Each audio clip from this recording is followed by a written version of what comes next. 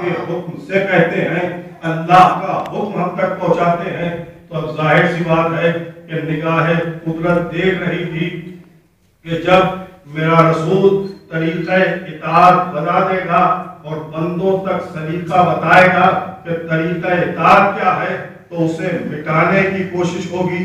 اس لیے کہا کہ اطاعت اولی الامر کرو تاکہ تمہیں صحیح سیرت رسول حاصل ہو سکے۔ تو اللہ کی اطاعت کی ضرورت کا نام اطاعت رسول ہے، اطاعت رسول کی ضرورت کا نام اطاعت اولی الامر ہے۔ صلوات پڑھنے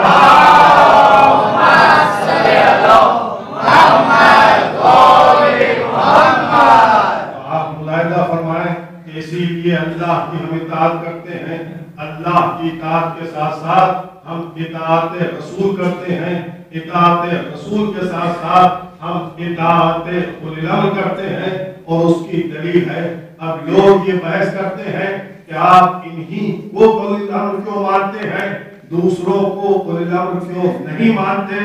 تو اس کی دلیل یہ ہے کہ چونکہ اللہ نے انہیں اولی الامر بنا کر بھیجا ہے، اس لیے ہم انہیں اولی الامر تسلیم کرتے ہیں۔ مثال سامنے کی ہے کہ آپ دیکھیں کہ کائنات میں بہت اولی الامر بنائے گئے، لیکن تاریخ میں ایک بھی اولی الامر ایسا نہیں ملتا ہے کہ جس کا ڈنکے کی چوٹ پر اعلان کیا جائے۔ ہمارے سامنے جب اطاعت الہی کی بات آتی ہے تو ہماری زبان، ہمارا سر جھک جاتا ہے اور ہم زبان سے کہتے ہیں اشہد ان لا الہ الا اللہ، یعنی ہم اللہ کی اطاعت کرنے والے ہیں۔ جب اطاعت رسول کی بات آتی ہے تو ہم کہتے ہیں اشہد ان محمد رسول اللہ، ہم گواہی دیتے ہیں کہ اللہ کے رسول ہیں۔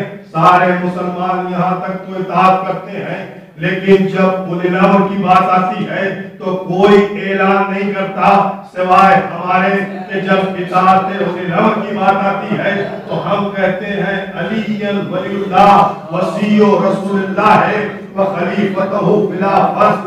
دوسروں کا اذانوں میں اور کلمے میں اولی الامر کا نام لینا بتاتا ہے کہ وہ حقیقی اولی الامر نہیں ہے۔ اگر حقیقی اولی الامر ہوتے تو اپنی اذانوں میں بھی اولی الامر کا ذکر کرتے، اپنے کلمے میں بھی اولی الامر کا ذکر کرتے۔